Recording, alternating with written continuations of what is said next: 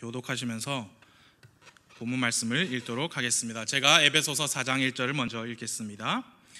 그러므로 주의 갇힌 자 된 내가 너희에게 간청하노니 너희는 너희를 부르실 때에 허락하신 그 부르심에 합당하게 걷고 겸손과 온유와 오래 참음으로 사랑 안에서 서로 참아주며 화평에 매는 띠로 성령이 하나 되게 하신 것을 힘써 지키라. 너희를 부르심의 한 소망 안에서 너희를 같이 한 몸과 한 성령이 있고 한 주와 한 믿음과 한 침례가 있으며 하나님이 계시니 곧 모든 것의 아버지시라. 그분께서는 모든 것 위에 계시고 모든 것에 두루 계시며 너희 모두 안에 계시느니라. 아멘. 기도하겠습니다. 하나님 아버지, 이 오후 시간에 귀한 분들이 하나님 말씀 앞에 모였습니다. 하나님께서 우리를 먼저 사랑해 주시고 구원해 주셨기 때문에 우리가 이 귀한 신분을 얻게 되었고 특권을 누리며 살아갈 수 있게 되었음을 감사드립니다. 이 시간 말씀에 복을 주시고 우리에게 주님께서 의도하신 그 말씀의 지식과 뿐만 아니라 말씀이 효력 있게 우리 삶을 변화시키는 주 성령님을 통한 능력으로 함께 하셔서 하나님께서 원하시는 모습으로 우리가 한 걸음 더 나아가고 더 성장하는 그런 계기가 되는 귀한 시간이 될 수 있도록 주님 인도하여 주옵소서. 모든 말씀을 예수님의 이름으로 기도했습니다. 아멘. 앉으세요. 주님을, 주 예수 그리스도를 개인의 구원자와 주님으로 받아들이신 모든 분들은 여기 계신 대부분의 형제님들, 자매님들이죠. 우리가 구원받았을 때는 우리의 죄악된 영적인 상태를 깨닫고 회개해서 죄의 형벌로부터 나를 구원해 줄 분은 예수님밖에 없다라는 그것을 인정하였습니다. 그래서 예수님을 불렀습니다. 오직 그분만이 나의 죄를 없애주시고 나의 죄의 심판으로부터 나를 건져주시는 분이다 라는 것을 믿고 그분의 이름을 불렀습니다. 성경은 로마서 10장 19절에서 이렇게 말씀합니다. 누구든지 주의 이름을 부르는 자는 구원을 받으리라. 누구든지 자신의 죄와 죄악된 삶에서 돌이켜서 회개하고 주 예수님만이 나의 구원자라고 믿고 그분을 받아들이면 구원을 받습니다. 성경 말씀에 보니까 누구든지 그렇게 말씀했습니다. 누구든지 주님께 나오는 자는 생명수를 마실 수 있습니다. 누구든지 나오기만 하면 됩니다.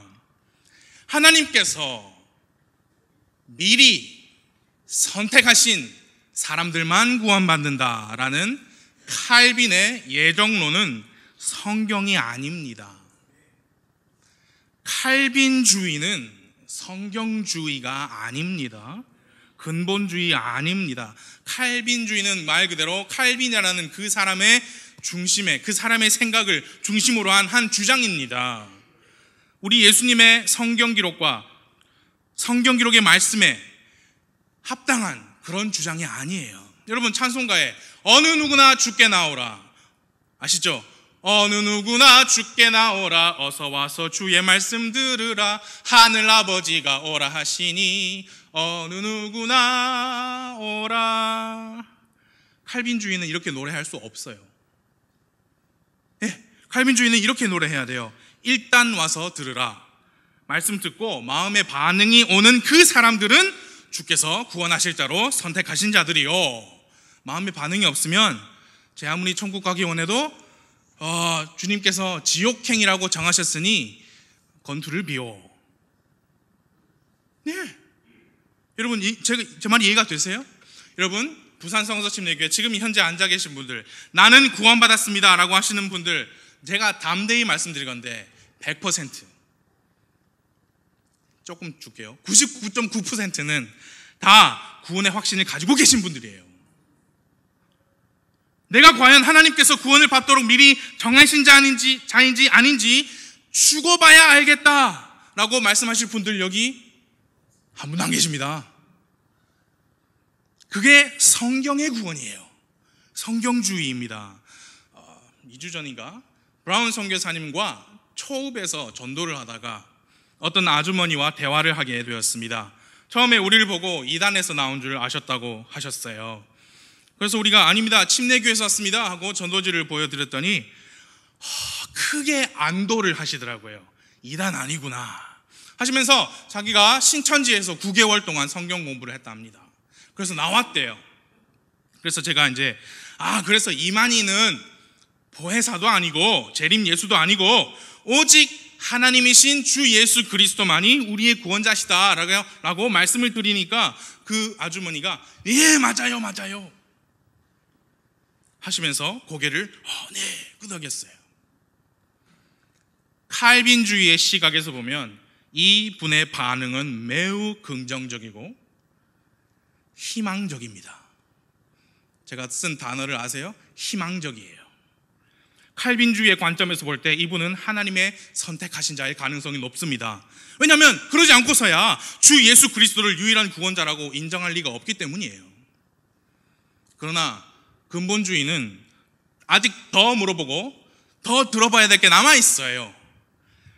그래서 제가 물어봤습니다. 그러면 어머님 지금 이 순간 생을 마치시면 천국에 하나님께서 계신 곳에서 눈을 뜰 것이라는 100%의 확신이 있으십니까?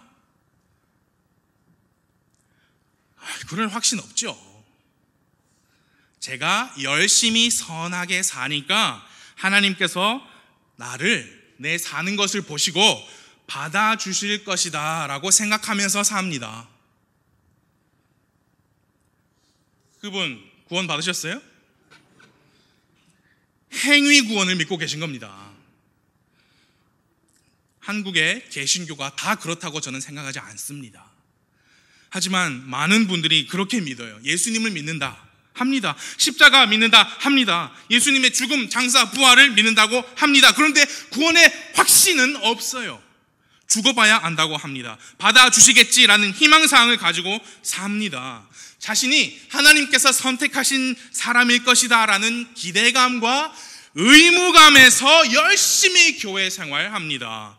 그것은 믿음 생활이 아니라 종교 생활입니다.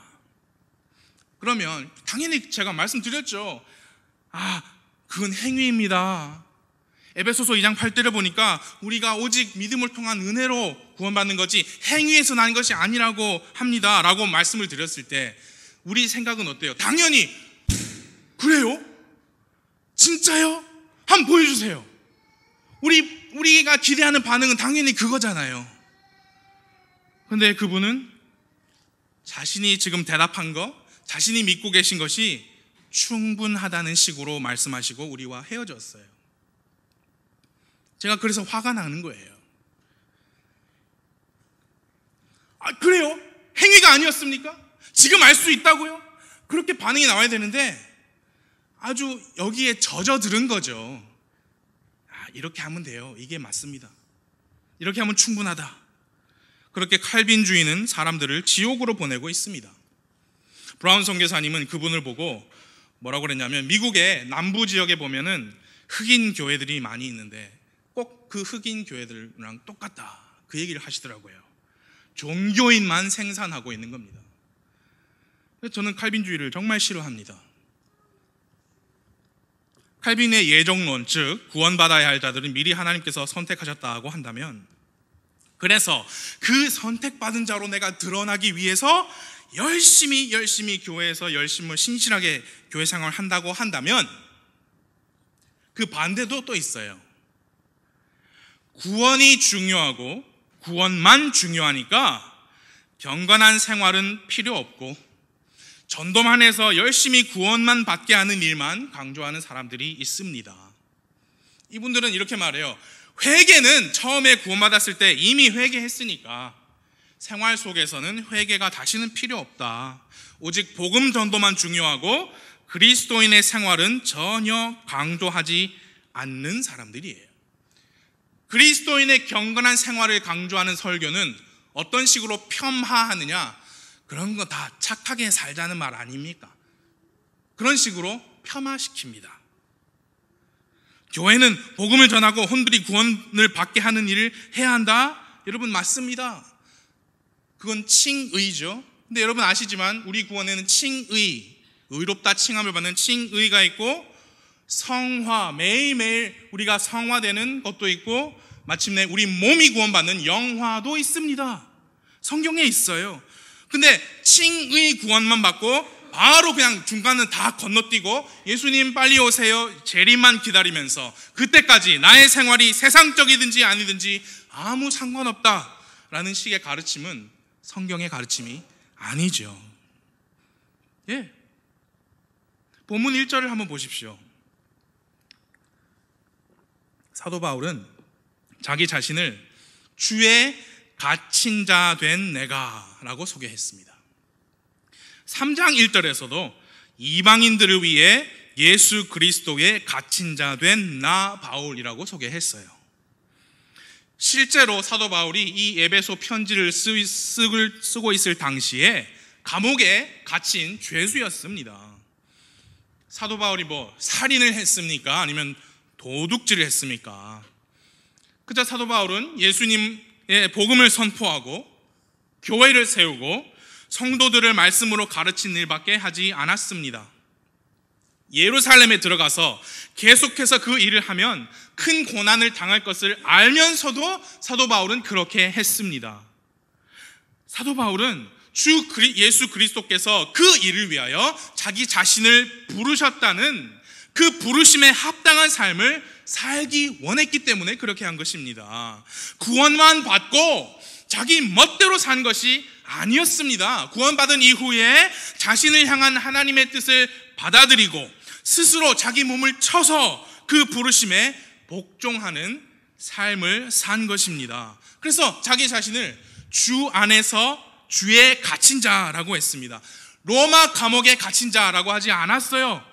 유대교 지도자들에 의해 갇힌 자라고 하지 않았습니다. 예수 그리스도의 갇힌 자라고 했습니다. 왜냐? 그분의 부르심에 합당하게 살다가 붙잡혔기 때문에 내가 비록 신세는 죄수이지만 하나님 앞에서 주 예수 그리스도 앞에서 나는 떳떳하고 합당하다라고 말하는 것입니다. 여러분, 사도 바울은 비록 감옥 안에 있지만 모든 면에서 자유로운 자였습니다. 구원받은 여러분과 저도 자유인입니다. 죄와 사망의 멍에로부터 해방된 자유인입니다. 그런데 그 자유로운 신분인 사도 바울이 자기 자신을 주의 갇힌 자, 기꺼이 갇힌 자라고 했습니다. 왜냐? 내 삶이 나의 것이 아니기 때문입니다. 여러분, 갇힌 자는요, 오라면 오고 가라면 가야 합니다. 갇힌 자는 하라 하면 하고 하지 말라 라면 하지 않아야 합니다. 죄수는 매맞고 사형당하기 싫어서 그렇게 합니다. 가라면 가고 오라면 옵니다. 그러나 주의 갇힌 자는 자신이 가지고 있는 모든 자유로 자신이 가지고 있는 모든 자유의지로 하나님 말씀에 따라 오라, 가라, 하라, 하지 말라는 명령에 기꺼이 자기 자신을 쳐서 복종시킵니다. 그런 의미에서 주 안에 갇힌 자라고 했습니다. 구원받고 주님 오실 때까지 어떻게 살든 상관없지. 그것은 갇힌 자가 아니지요.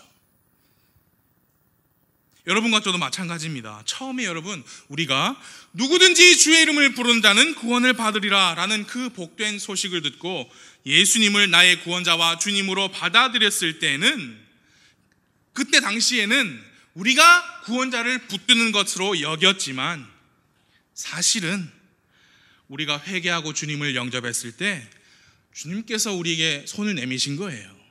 그리고 우리는 그 손을 붙잡은 것입니다.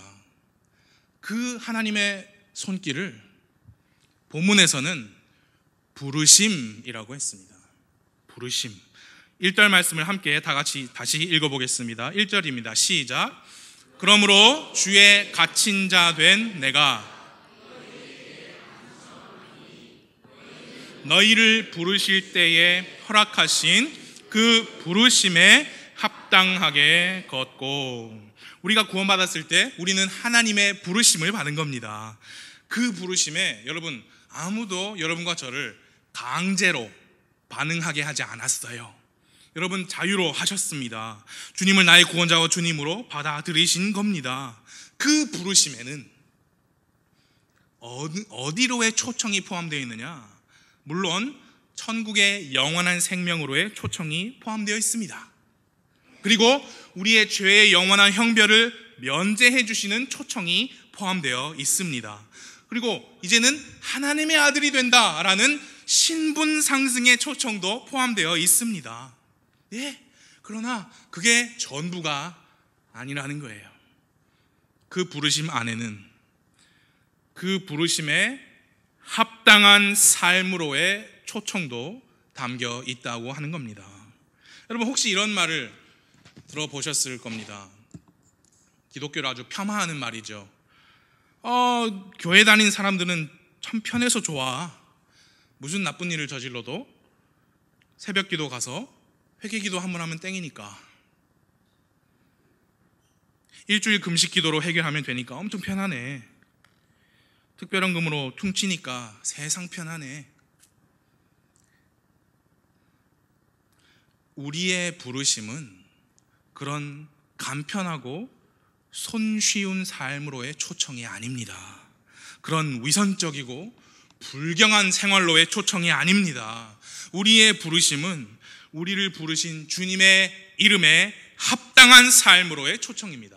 주님의 거룩하심에 걸맞는 생활로의 초청입니다. 주님의 공의, 주님의 사랑, 주님의 선하심과 긍휼, 주님의 두려움, 존귀하심, 주님의 능력, 주님의 충만하심에 걸맞는 그런 것들에 합당한 삶으로의 초청이고, 우리가 구원받았을 때 우리는 그 부르심에 응했습니다.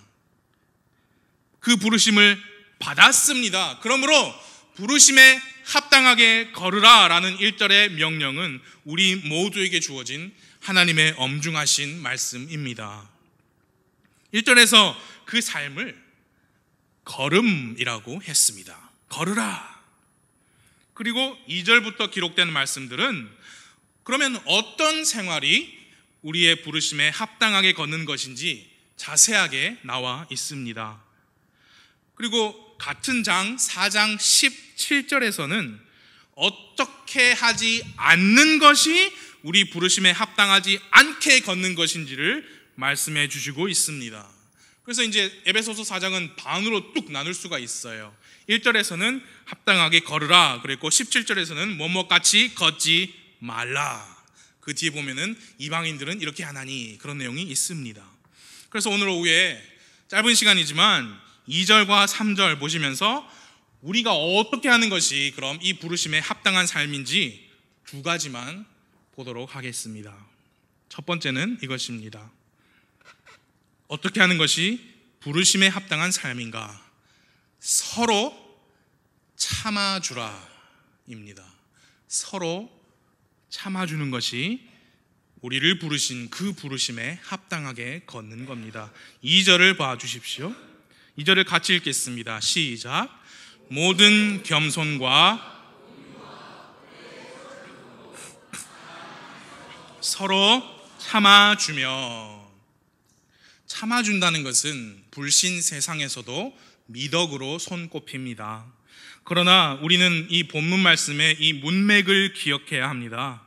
지금 사도 바울은 우리를 부르실 때 허락하신 그 부르심에 합당하게 걸으라, 그 주제로 편지를 쓰면서 가장 먼저 한 말씀이 서로 참아주라고 권면하였습니다. 어떻게, 왜요? 우리 그 부르심, 그것은 주 예수님으로부터 말미암은 것이기 때문입니다. 그분이, 예수님이 우리를 구원하시기 위해서 참으셨어요.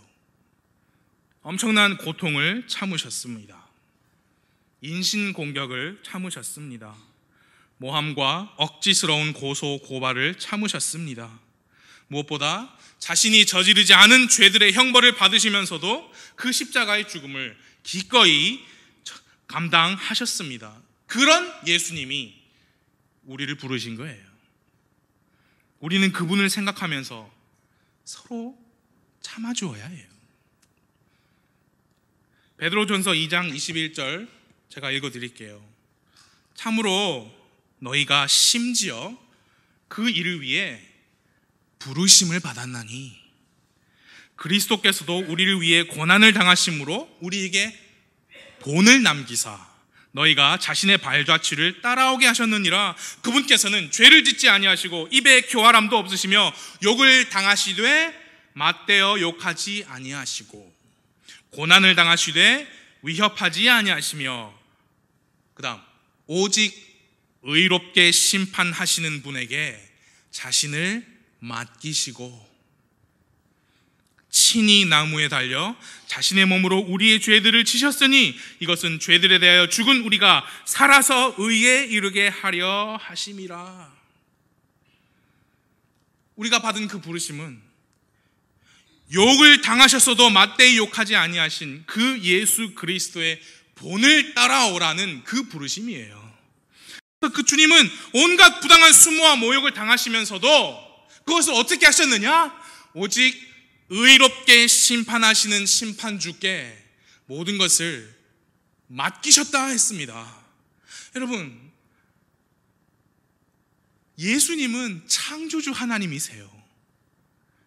말씀 한마디면 천사들이 나타나서 예수님을 십자가에서 내려드리고 로마를 그냥 하루 반나절 동안에 다 평정하실 창조주 하나님이십니다. 그렇게 하나님의 능력을 손수 보여주실 수 있음에도 불구하고 의롭게 심판하시는 분께 맡기셨어요. 예수님이 맡기셨는데 우리도 맡겨야 합니다. 뭘 맡길까요? 나를 부당하게 모함하고 모욕하고 거짓 고소하고 나에게 욕할 때 하나님께 맡기고 서로 참아주라고 했습니다. 왜 나만 참아요? 아니요. 혼자만 참으라고 아니고 서로 참아주라 했습니다. 이 편지는 에베소에 있는 교회에게 쓰여진 편지예요. 한 교회에서 믿음 생활하는 지체들에게 이 말씀이 주어졌습니다. 서로 참아주라. 2절에 보니까요, 모든 겸손과 온유와 오래 참음으로 그렇게 하라고 했습니다. 겸손이라는 것은 나보다 남을 더 낮게 여기는, 더 낮게 여기는 게 아니라 시옷 받침, 더 낮게 여기는 거예요. 그게 겸손입니다. 온유는 무엇이냐? 내가 힘이 없어서 그런 게 아니에요. 나에게 힘이 있습니다. 그러나 그 강력한 힘을 절제하는 부드러움이 온유입니다. 오래 참음은 말 그대로 잠깐 참는 게 아니죠. 어제는 참았는데 오늘은 도저히 못 참아, 그러게 오래 참음이 아니죠. 그런데 이 성경 말씀을 보니까 서로 참아주라, 조금 겸손히, 조금 온유로, 조금 오래 참음으로가 아니라 모든 겸손과 온유와 오래 참음으로 그렇게 하라고 했습니다. 여러분, 실제로 그렇게 하기는 대단히 어렵습니다. 우리는 모두 인생을 살면서 이런저런 일들을 겪을 수밖에 없어요. 내가 조금이라도 부당한 대우를 받거나 온당하지 않게 수치와 모욕을 겪게 되면 우리 본능이 그래요. 참기보다는 나의 이름과 또 나의 잘못 없음을 세우기 위해서 우리 자신을 방어하고 상대방을 공격합니다. 그러나 그리스도인 여러분, 이 말씀은 교회에 쓰여졌다는 사실을 상기하셔야 합니다. 여러분, 정말 드물게 그런 사람이 역사 속의 교회 안에 한두 사람 있을 수는 있습니다. 그러나 제가 말씀드리건대 한 교회 안에서, 여기 안에서 어떤 분이 다른 특정 인물을 대적하여서 악의를 품고 의도적인 폭언과 악행을 가할 분이 여기 없어요. 안 계세요. 그러면 왜 교회들 안에서 지체들 사이에서 문제가 일어나는가요? 우리가 다 연약하고 부족한 존재 맞지요? 그런데 우리가 서로 참아주는 일에 서툴기 때문에 그래요. 그래서 사도 바울이 가장 먼저 말씀했어요. 서로 참아주라. 상대방을 나보다 더 낮게 여기지 않아서 그런 문제들이 일어납니다. 내가 가진 힘을 부드럽게 온유롭게 통제해야 되는데 그 힘을 행사해서 그런 겁니다. 오래 참기가 너무 힘들어서 그런 겁니다. 사랑하는 여러분, 이 교회 안에서 한 지체 되신 여러분 부디 부탁드립니다. 저에게도 마찬가지입니다. 저도 제 자신에게 설교하고 있는 거예요. 우리 부디 예수님을 깊이 생각하시기 바랍니다. 예수님을 깊이 생각하면 참아줄 수 있어요. 예수님의 사랑으로 구원받았잖아요. 2절에 보니까 모든 겸손과 온유와 오래 참음으로 사랑 안에서 서로 참아주라. 그건 예수님의 사랑이죠. 우리 이미 예수님께 사랑을 받았으니까 그 사랑으로라면 우리가 얼마든지 서로 참아줄 수 있습니다. 내 감정으로 하는 게 아니라 예수님의 사랑으로 서로 참아주는 것이 우리의 부르심에 합당한 삶입니다. 그래서 첫 번째로 서로 참아주라. 그리고 두 번째로, 마지막이죠, 두 번째, 하나 된 것을 힘써 지키라. 3절 말씀을 함께 같이 읽어보도록 하겠습니다. 3절입니다. 시작. 화평에 매는 띠로 힘써 지키라. 이 에베소 교회 성도님들은 대부분이 이방인 출신이었습니다. 여러분 사도행전 19장을 읽으시면 아시겠지만 사도 바울이 처음 이 도시에 들어가서 복음을 전하고 한 2년에서 3년가량 거기 머물면서 주의 사역을 잘 감당했습니다. 그런데 사도 바울이 에베소를 떠나게 된 결정적인 계기가 된 큰 소동이 있었습니다. 사도행전을 보니까 그 에베소 도시에는 다이아나라는 여신, 우상을 숭배하는 사람들이 많이 있었고요. 그 형상을 제조하고 판매하는 사람들이 큰 돈을 벌던 그런 도시였습니다. 그런데 이 사도 바울이 들어와서 예수님의 복음을 전하고 혼들이 구원을 받고 교회에서 계속해서 말씀을 배우고 복음을 전하니까 이 우상 제조업자들과 유통업자들의 생계가 위협을 받게 된 거예요. 그래서 이 사람들이 큰 소동을 일으켰습니다. 그 난리가 있은 후에 사도 바울이 거기를 떠나게 된 거예요. 여러분, 사도는 떠났는데 그 교회는 여전히 거기 남아있죠. 한 차례 소동은 지나갔지만 그 도시 사람들은 여전히 같은 그 도시에 살고 있어요. 여러분 상상해 보십시오. 그 에베소 교회 성도들은 자연스럽게 서로 하나로 뭉쳐야 하는 상황이 돼버린 겁니다. 언제든지 다시고 그런 핍박과 소란이 일어날 수 있는 그 도시에서 그 성도님들은 하나로 연합할 수밖에 없었던 상황입니다. 3절에서는 그 일을 누가 하셨느냐? 성령님께서 하셨다고 했습니다. 성령이 하나 되게 하신 것이라고 그랬죠. 이방인 출신들의 그리스도인이에요. 여러분, 그 이방인들이 성령님의 섭리로 하나가 됐습니다. 예수님으로 말미암아 구원을 받고. 여러분, 유대인들은 순혈주의가 있었습니다. 순혈주의. 그러나 이방인들은 아니에요. 다 섞이고 다 짬뽕이고요. 다 출신 배경도 다르고 달아온 도시도 다르고 배운 것 가진 것 다 다른 사람들인데 주 성령님 안에서 한 교회가 된 거예요. 이제는 그 우상이 득실득실한 그 도시에서 하나로 똘똘 뭉친 교회로서 믿음의 선한 싸움을 싸우게 된 겁니다. 3절 말씀을 보면 우리 한국말이 그래요. 헷갈릴 수 있습니다. 화평에 매는 띠로 성령님께서 하나 되게 하셨는가요?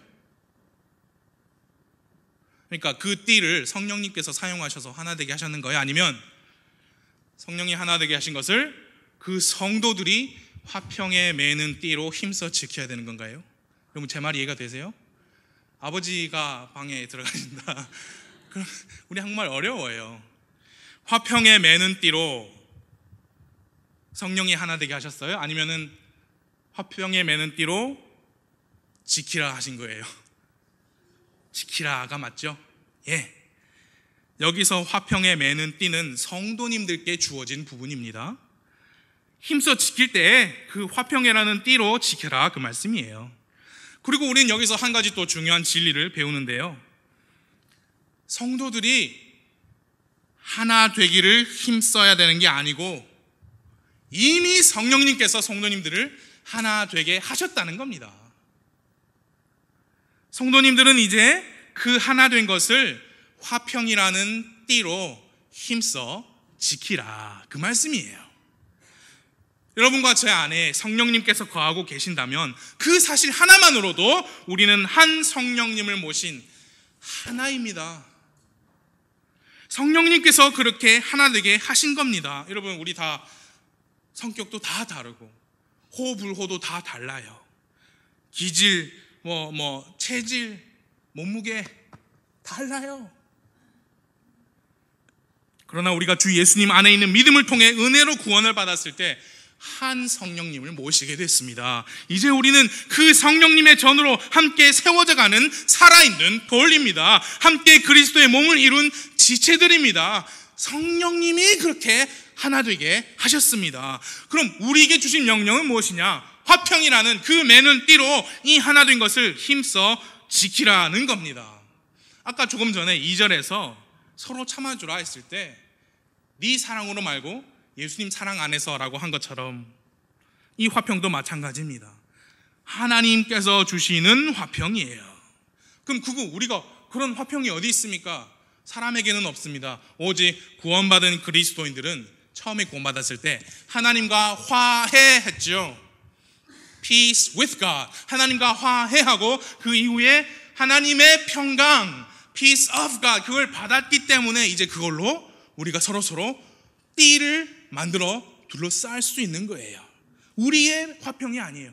하나님께서 주신 화평이지요. 사람은 평화를 바란다고는 하는데 아직 세상에 평화는 없습니다. 여러분 아직까지 전 세계에서 지구 최고의 돈벌이, 지구 최고의 비즈니스는 전쟁과 국방이에요. 그것만큼 돈 더 버는 사업이 없습니다. 사람들이 평화라는 것을 만들어낼 수 없습니다. 왜냐? 하나님만이 진정한 평화를 주시기 때문이에요.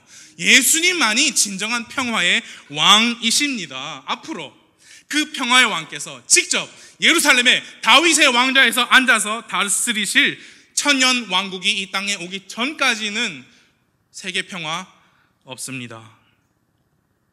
그럼 어떻게 해요? 그럼 이 세상 어떻게 합니까? 그래서 예수님께서 이 땅에 걷고 계실 때 교회를 세우셨습니다. 교회를 통하여서 하나님의 뜻을 펼치시도록 디자인하신 겁니다. 그래서 이 세상, 죄악으로 가득한 세상, 평화도 없는 세상 어떻게 살아요? 교회 안으로 들어와야 합니다. 오직 그리스도의 지역 교회만이 이 세상에 속하지 않은 기관입니다. 전에도 말씀드렸습니다. 여러분의 학교 세상이에요. 여러분의 회사 세상입니다. 이 나라 세상입니다. 이 정부 세상입니다. 특정 정당도 세상이에요. 특정 정치 성향도 세상입니다. 성경을 보니까 세상 것들은 다 썩어 없어진다 했어요.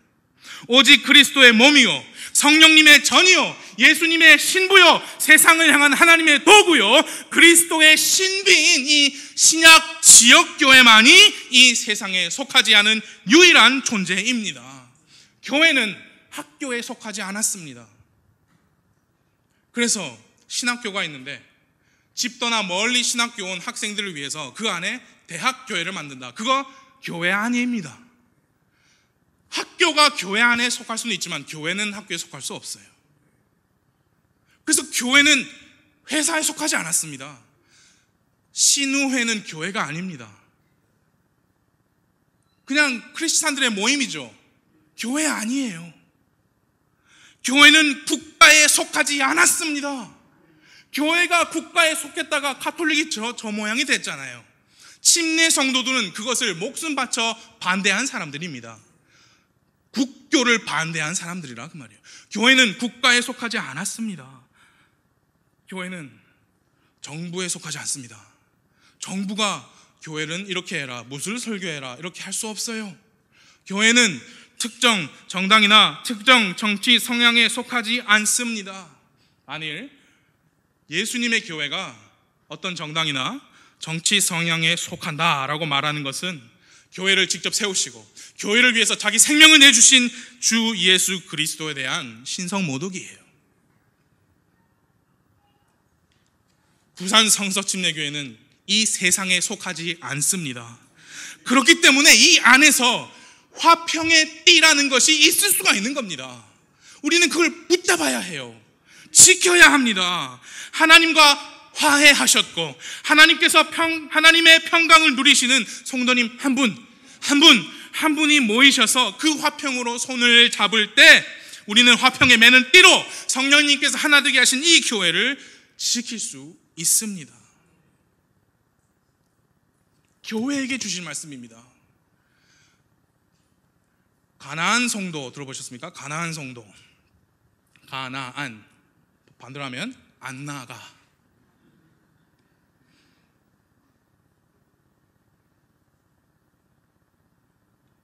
예수님께 그 말씀 드려보라 하죠. 예수님은 교회를 사랑하셔서 교회를 위해서 자기 자신을 내어주시기까지 교회를 사랑하셨는데 난 교회 안 나가요. 그냥 집에서 혼자 성경 보고 그렇게 신앙생활하는 게 훨씬 좋아요. 교회 가니까 상처만 받고 부정부패 비리만 보게 되고 안 나가요. 예수님께 그 말씀 해보라 하죠. 지금 이 시기는 교회 시대예요. 여러분, 우리의 부르심, 구원받은 그리스도를 향한 말씀 성경에 많이 있습니다만 에베소서 4장 본문 말씀은 교회 안에 있는 성도들에게 주신 말씀이에요. 교회 시대에는 신자들이 교회에 속하여서 하나님의 뜻을 받들어 사는 것이 하나님의 뜻입니다. 교회 나가면 세상이에요. 교회 안에 계셔야 합니다. 완벽한 교회 없습니다. 그러나 무엇이 하나님의 말씀이 가리키는 올바른 방향인지 그것을 알고 믿고 그 방향으로 나아가고자 하는 교회는 분명히 있습니다. 그 안에서 노력한다 했어요. 완벽한다 안 했어요. 노력한다 했습니다. 그러니까 그 안에 있다 보면 때때로 우리가 모든 겸손과 온유와 오래 참음으로 서로 참아줘야 할 일이 생기기 마련인데 부디 서로 참아주시기 바랍니다. 여러분, 주님 뜻이면 제가 여러분과 오래 함께 할 텐데, 오랫동안 함께 할 텐데 저를 향해서 참아주세요. 서로. 그리고 우리는 지금 이렇게 모인 게 어떤 이념 또는 어떤 인물을 중심으로 모인 게 아니잖아요. 성령님이 하나 되시게 하셨잖아요. 그러니까 그 하나 되게 하신 것을 하나님의 화평으로 힘써 지키는 우리 교회가 됐으면 좋겠습니다. 그것이 우리를 향한 부르심에 합당한 교회 생활이라고 믿습니다. 예수님을 다른 사람 말고 예수님을 깊이 생각하십시오. 시간 기도하겠습니다.